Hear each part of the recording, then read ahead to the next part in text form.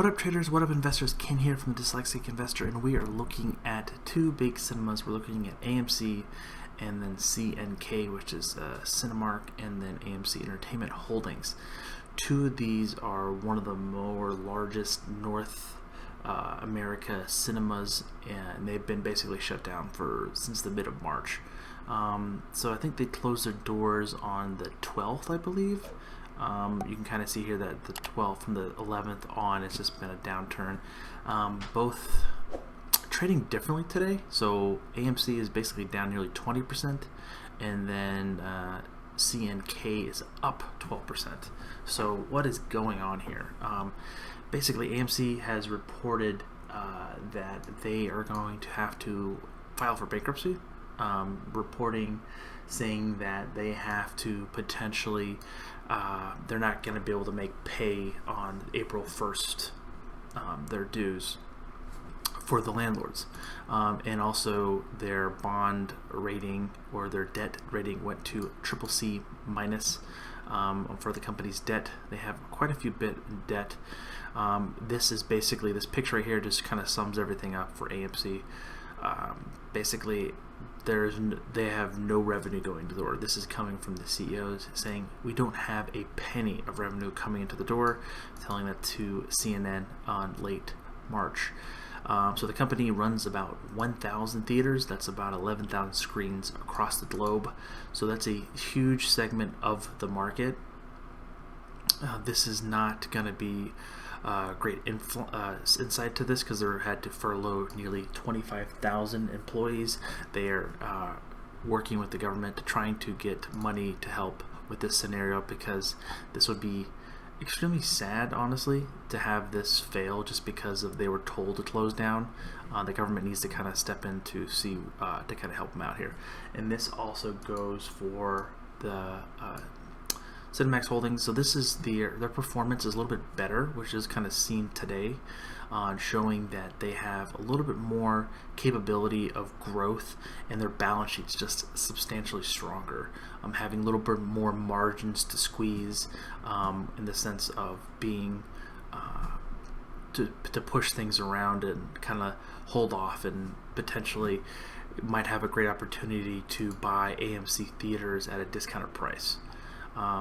This is still sad because AMC has just been around for so many years, and I believe it's gone private equity before, but this is a very strange case. It's not a lack of financial fiduciary, but it's just a overall market that just made it collapse. Again, it's not for sure that it's going to fail, but they're saying there's no revenue, and the environment is running oh my god, I didn't see this number, $155 million per month, which keeps AMC liquid until June or July. So basically, they're just on hold and just trying to keep doors open.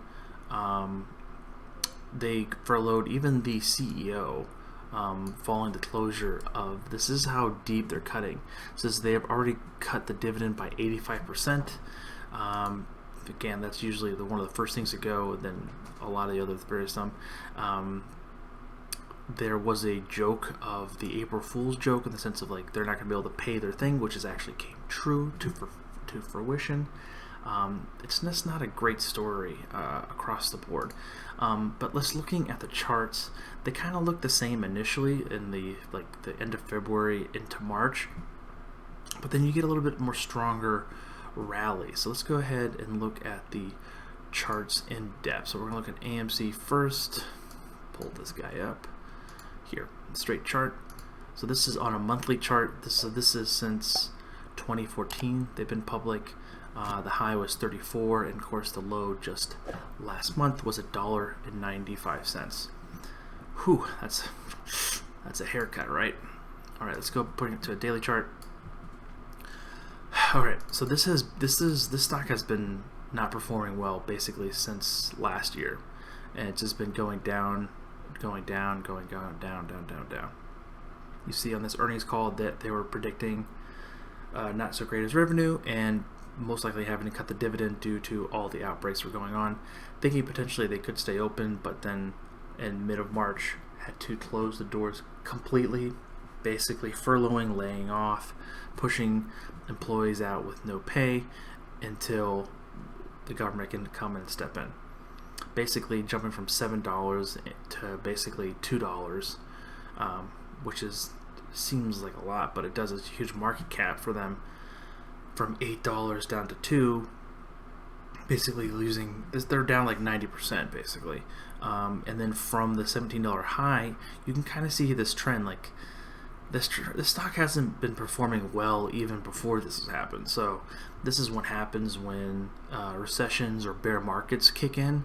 The poor guys who have not been run very well, or haven't been performing well, or is not well received by the new trends or something like that, usually fail very fast. And this is seen here on how fast this basically fell apart.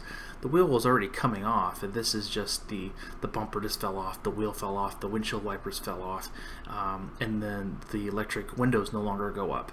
And then guess what? The car doesn't start here soon. And this is just not a good sign. We're down now 21% since I've been recording this. That's a substantial amount. This is not a good sign for sure.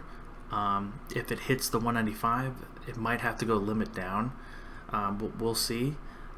We can see that this is well below the 21, well below the 200 on the daily chart. It's just not a pretty chart, not a pretty picture moving forward.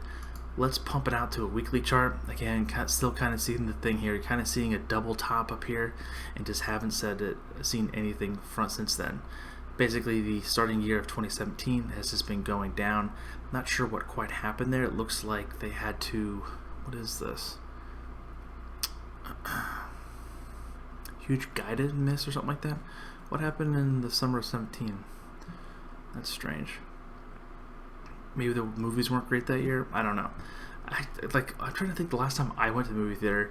And usually the movie theater I do go to is the Alamo Drafthouse, where they have like really pretty decent food, and they have actually fantastic milkshakes.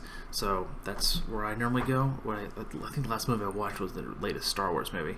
But that being said, like, I can't remember. I don't hear many people say, "Oh, I'm going to the movies tonight" or something like that. Like, it's just kind of like I just watch Netflix or Disney Plus or something streaming.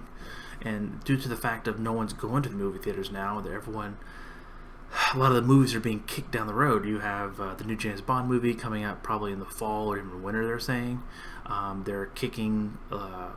Disney's kicking a lot of their movies directly to Disney Plus, like Onward. Onward was in the theater just for a little bit, but then they kicked it to Disney Plus. That was pretty remarkable. So let's look at Cinemark Holdings. Kind of see the same picture here, but in 08-09 it basically came down to this price as well.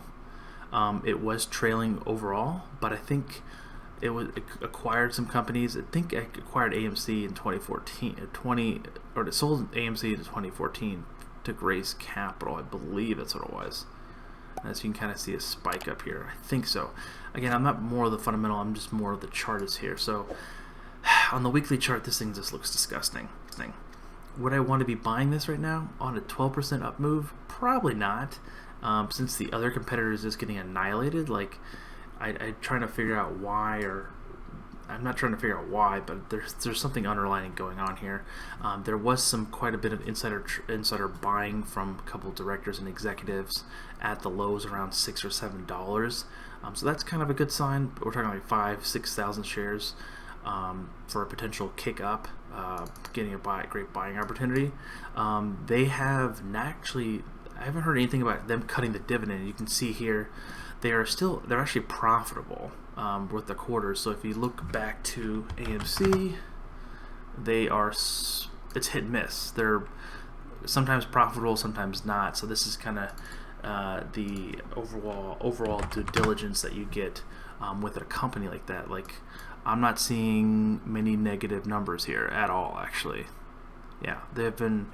I think they're just a little bit more. I don't think they have as many cinemas. I think they have 600-700 plus. They don't have 1,000 of them, and they might be a little bit more diversified on what they do. I can't think if I've been to a Cinemark Holdings I think it's like a Carmike Cinemas is one of them they own, which is, I think the one I went to was fantastic. It had great seats. But again, I don't go to the movie theater that often. Like, I think, didn't the movie, what was that company, the Movie Pass ticket posted up here, where you can go see any movie. I think that was part of AMC, which kind of was the downfall initially, capital wise. But that being said, like, are you buying this? Like, I can't. Like, I want to buy the underdog story and things like that, but I just don't know too much about the space. If I was looking at any of them, AMC is the one that I would kind of stay away from, just because on a fundamental and technical side of things, like, this does not look attractive at all, and just looks so beaten down, and there's not that much information out there on the charting side of what happened on multiple downturns, and the company clearly hasn't doing that well compared to their other competitors in the market, which has been kind of stagnant for most of the time, and not being below the 200-day moving average and things like that, which is a huge key of just being in a little bit more negative sentiment. I just want to know, what are you guys thinking about the movie business industry? Are you guys looking at other ones like Regal? I think Regal's publicly traded. AMC, or you want to do the coin flip here on potentially AMC rebounding, or if they take money from the government, will it be considered equity dilution? I don't know. Like, this is a difficult time, and this is some difficult decisions that need to be made, and I just hope that the employees, more importantly, are able to get their jobs back, or something equal, or something to give them cash in hand, because we're talking about they gotta feed their families and stuff like that. So this is a sad thing, and I hope they get this stuff resolved sooner than later.